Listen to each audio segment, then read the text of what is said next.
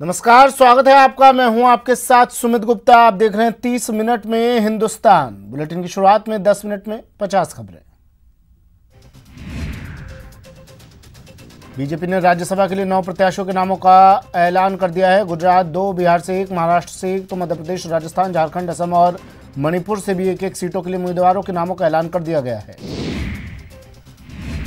BJP ने राजस्थान से राजेंद्र गहलोत को राज्यसभा उम्मीदवार बनाया है। राजेंद्र गहलोत बीजेपी उपाध्यक्ष हैं और भैरव सिंह शेखावत सरकार में मंत्री रह चुके हैं। 13 मार्च को राजेंद्र गहलोत नामांकन दाखिल करेंगे। विधानसभा में 106 नंबर कक्ष में नामांकन दाखिल होगा। लोकसभा में दिल्ली हिंसा पर चर्चा के दौरान गृह मंत्री अमित शाह विपक्ष पर जमकर बरसे। शाह ने देश को भरोसा दिलाया कि हिंसा करने वालों को बख्शा नहीं जाएगा, लेकिन किसी बेगुनाह की गिरफ्तारी भी नहीं होगी। शाह ने दिल्ली हिंसा में मारे गए लोगों और उनके परिजनों के प्रति संवेदना व्यक्त की और कहा कि सभी पीड़ितों के नुकसान की भरपाई करेंगे।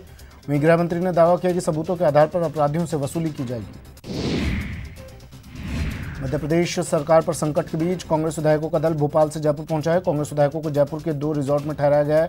सीएम अशोक गहलोत ने रिजॉर्ट पहुंचकर मध्य प्रदेश के कांग्रेस विधायकों से मुलाकात की। एमपी कांग्रेस में कलह के बीच कांग्रेस विधायकों का एक दल भोपाल से जयपुर पहुंचा। विधायक को रिसीव करने सीएम गहलोत खुद एयरपोर्ट पहुंचे। 43 विधायकों को ब्यूना विस्टा रिसोर्ट में रोका गया।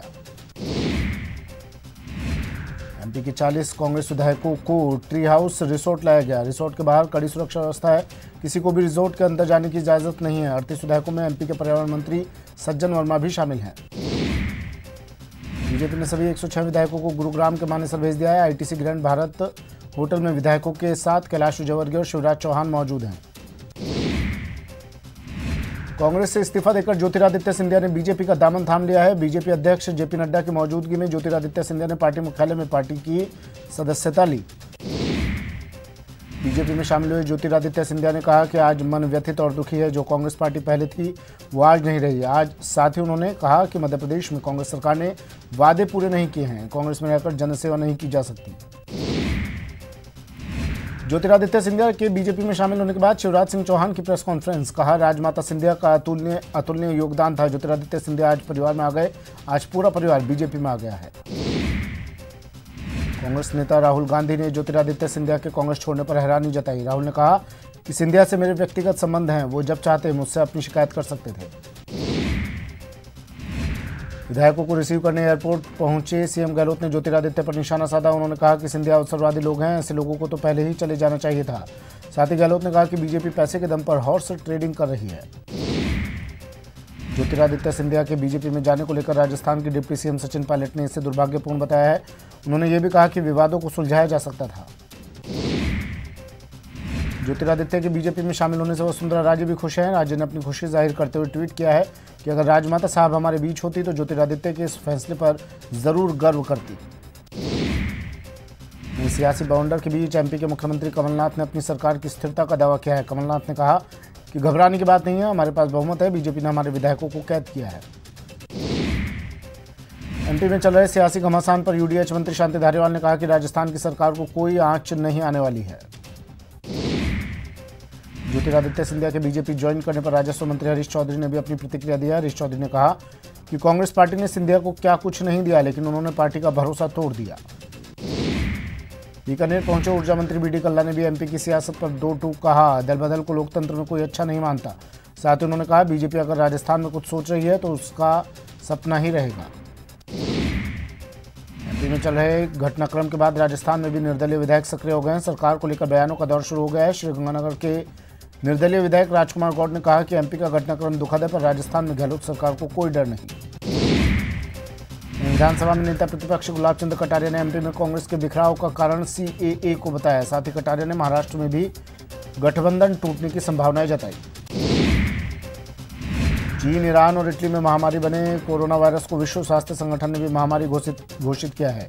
भारत ने कोरोना वायरस के मद्देनजर विदेश से आने वाले लोगों का वीजा 15 अप्रैल तक के लिए सस्पेंड कर दिया है। दुनिया भर के 100 से ज्यादा देशों में पैर पसार चुके कोरोना वायरस से लोग दहशत में हैं। भारत में कोरोना वायरस की चपेट में 61 लोग आ चुके हैं।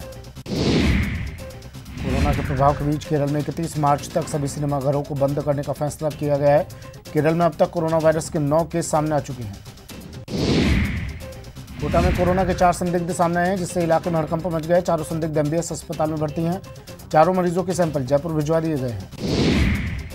कोरोना को लेकर भले ही दुनिया भर में दहशत हो, लेकिन प्रदेश में कोरोना से निपटने के लिए गहलोत सरकार पूरी तरह से तैयार है। कोरोना से निपटने के लिए हर संभव कोशिशें की जा रही हैं। कोरोना वायरस के खतरे को देखते हुए जयपुर में पहले से निर्धारित कई कार्यक्रमों को स्थगित करना पड़ा है। यूजीसी की गाइडलाइन जारी होने के बाद राजस्थान यूनिवर्सिटी ने भी अपने कई कार्यक्रमों को स्थगित कर दिया है।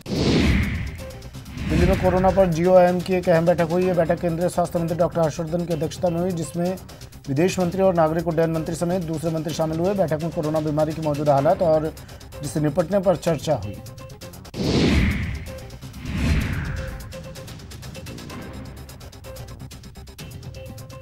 प्रदेश भर में माध्यमिक शिक्षा बोर्ड के सरकारी स्कूलों में आज से 10वीं की परीक्षाएं शुरू होने जा रही हैं। पहले दिन अंग्रेजी का पेपर आयोजित किया गया है।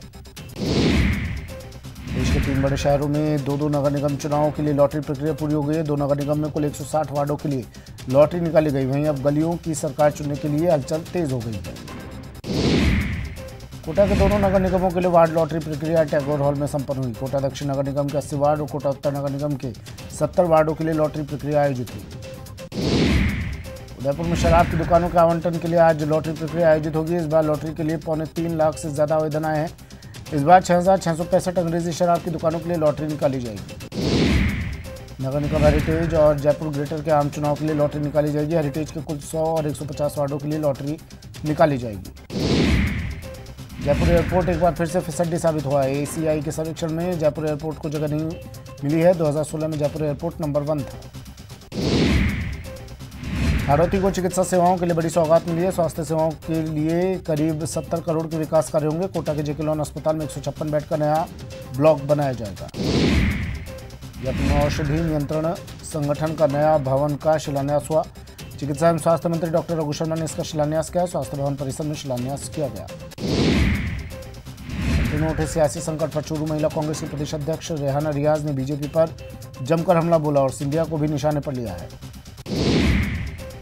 सिरोही में झाड़ोली अंडरब्रिज के नीचे रेलवे पटरी पर एक महिला समेत 3 बच्चों की ट्रेन की चपेट में आने से दर्दनाक मौत हो गई। घटना के बाद पूरे इलाके में सनसनी फैल गई। घटना की सूचना मिलते ही मौके पर पहुंची पुलिस ने घटनास्थल का मुआयना कर जांच शुरू कर दी है। नागौर में सीबीआई की टीम ने रिश्वत के मामले में आयकर अधिकारियों के खिलाफ कार्रवाई की। सीबीआई की जोधपुर टीम ने नागौर में एक सीए के घर पर रेड की, जिसके बाद आयकर विभाग के 4 अधिकारियों और सीए को हिरासत में लेकर पूछताछ शुरू की है। करौली में 10 साल की लड़की की पांचना बांध में नहाने के दौरान डूबने से मौत हो गई। सूचना के बाद पहुंचे गोताखोरों की टीम ने कड़ी मशक्कत के बाद बालिका का शव पांचना नदी से बाहर निकाला। धौलपुर के नेशनल हाईवे 123 पर एक दर्दनाक सड़क हादसा हो गया। हादसे में एक युवक की मौत हो गई। वहीं वाहन चालक मौके से फरार होने में कामयाब रहा। काना के मुंडली में नहर में युवक का शव मिला, जिससे पूरे इलाके में सनसनी फैल गई। वहीं युवक की पहचान हो गई है। अंता का रहने वाला बताया जा रहा है। अलवर में मेरठिया बास में दवाई होलसेल की दुकान के आगे एक अज्ञात युवक की लाश मिलने से लोगों में सनसनी फैल गई। घटना की सूचना मिलते मौके पर पहुंची पुलिस जांच में जुट गई है। भरतपुर में कुम्हेर तहसील के सिकरोरी गांव में होली की धमाल मची रही। 3 दिन से होली महोत्सव के तहत आयोजित हो रहे मेले के दौरान बरसाने की तर्ज पर लठमार होली का आयोजन किया गया। धौलपुर में बुधवार को पुलिस के जवानों ने पुलिस लाइन में एक दूसरे के साथ जमकर होली खेली। इस दौरान पुलिसकर्मियों ने एक दूसरे को होली की बधाई दी। सवाईमाधोपुर में होली का त्यौहार बड़ी ही शिद्दत के साथ मनाया गया। बुधवार को पुलिसकर्मियों ने जमकर धमाल मचाते हुए होली का आनंद उठाया। इस दौरान पुलिसकर्मी मस्ती में झूमते हुए नजर आए। प्रतापगढ़ में आदिवासियों ने अपनी परंपरा निभाते हुए गैर नृत्य का आयोजन किया। कार्यक्रम के दौरान आदिवासियों ने इष्ट देवों के दर्शन कर उनका आशीर्वाद लिया। मरुधरा के पर्यटन नगरी माउंट आबू के मौसम का मिजाज फिर बदला। बदलते मौसम के चलते कोहरे ने कहर बरपाया, जिससे वाहन चालकों को काफी परेशानी हुई। भारत और दक्षिण अफ्रीका के बीच 3 वनडे सीरीज का पहला ओडीआई मैच आज धर्मशाला में खेला जाएगा। दोनों टीमों के बीच दोपहर 1:30 पर यह मैच खेला जाएगा।